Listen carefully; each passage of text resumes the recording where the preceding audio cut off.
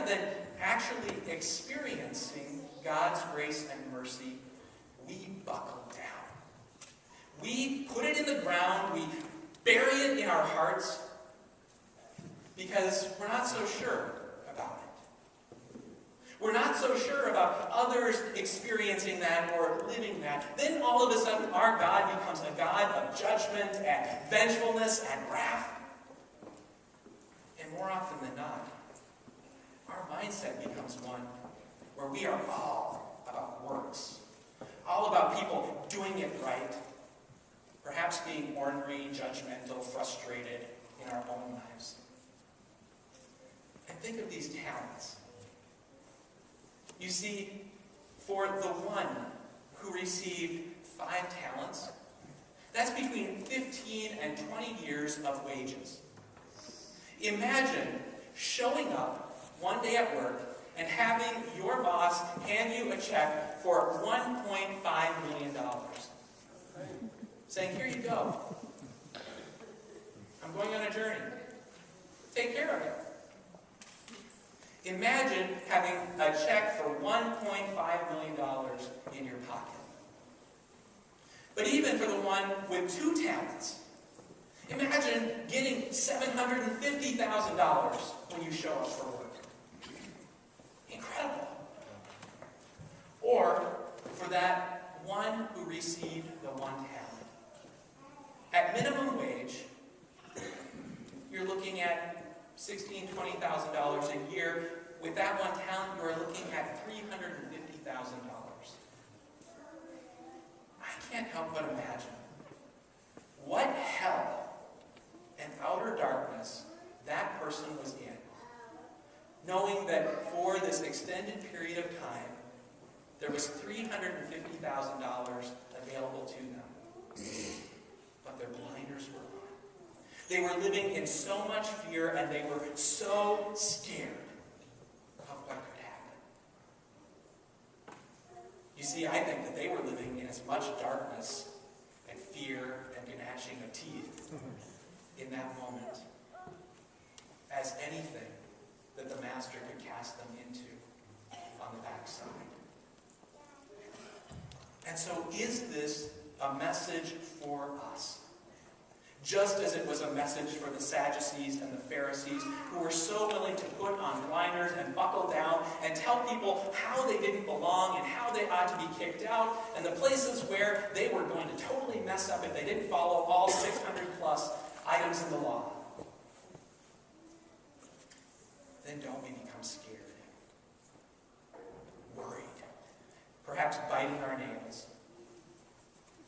And what happens when God says, people, wake up, live gracefully, live mercifully, go out in the world and treat others, change with them in ways that shows forth grace and mercy, so that it multiplies and becomes manifold for you and for all.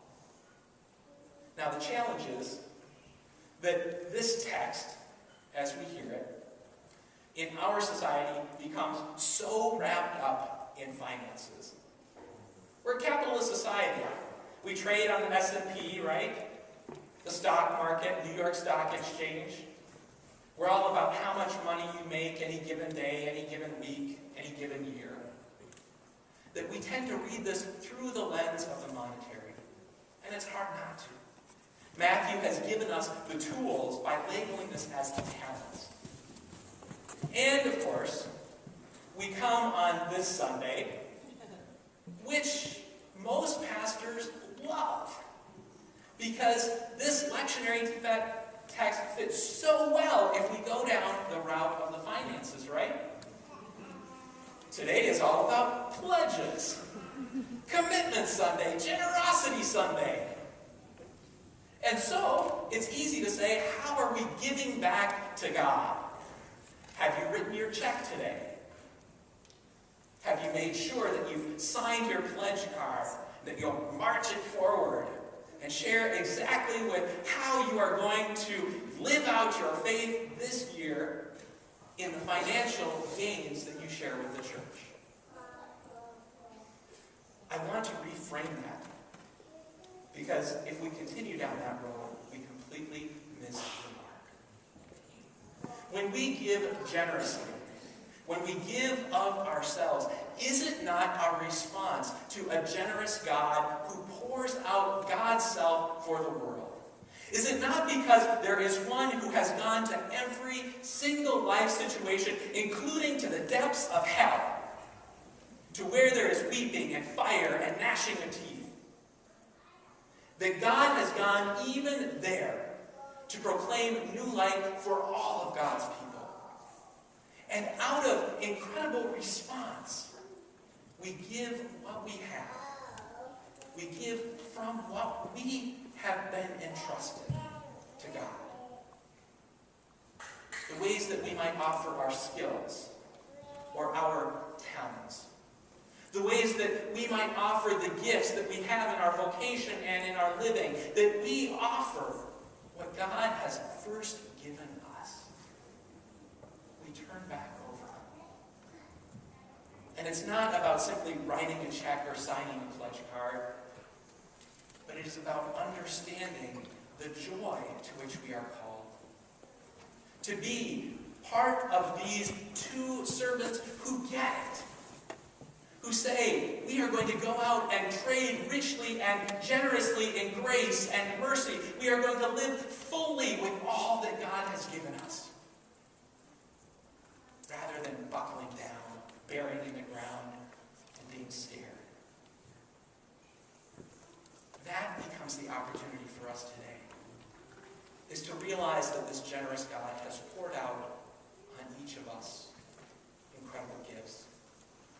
Now, they may look different in how we use our hands or our heads, how we go about our work. It may look different as to whether we drive into the hospital on a Monday morning or a schoolyard parking lot, whether we are retirees who are out volunteering, teaching, working for those or with those in poverty. It may look very different. It may mean a child sitting down at the lunch counter with someone who's new in the school, talking with someone they didn't know before. But in all things, God's generosity is poured out and flows through us. Not our own, but God's. And from that generosity, we live abundantly. Now I want to go back to that third servant. Because I know I can be that person. I can buckle down and be worried about, is God's grace, is God's mercy, is God's gift big enough for others? It's as easy for me to make a list of people that I wonder if God is really there for them all the time. And you probably have that list too. Let's be honest. Someone from the other political party, someone who has more money or less money, somebody who doesn't step up in the right way. It's easy for us to create that list and put on the blinders and bury God's grace. And precisely there, God says, I go with you and I go before you. To one who cannot and will not let you live in that place, but rather breaks open the chains, reclaims our hearts and our lives, and turns them again. To the one who is faithful through all things and with all things, calling us to know newness of life,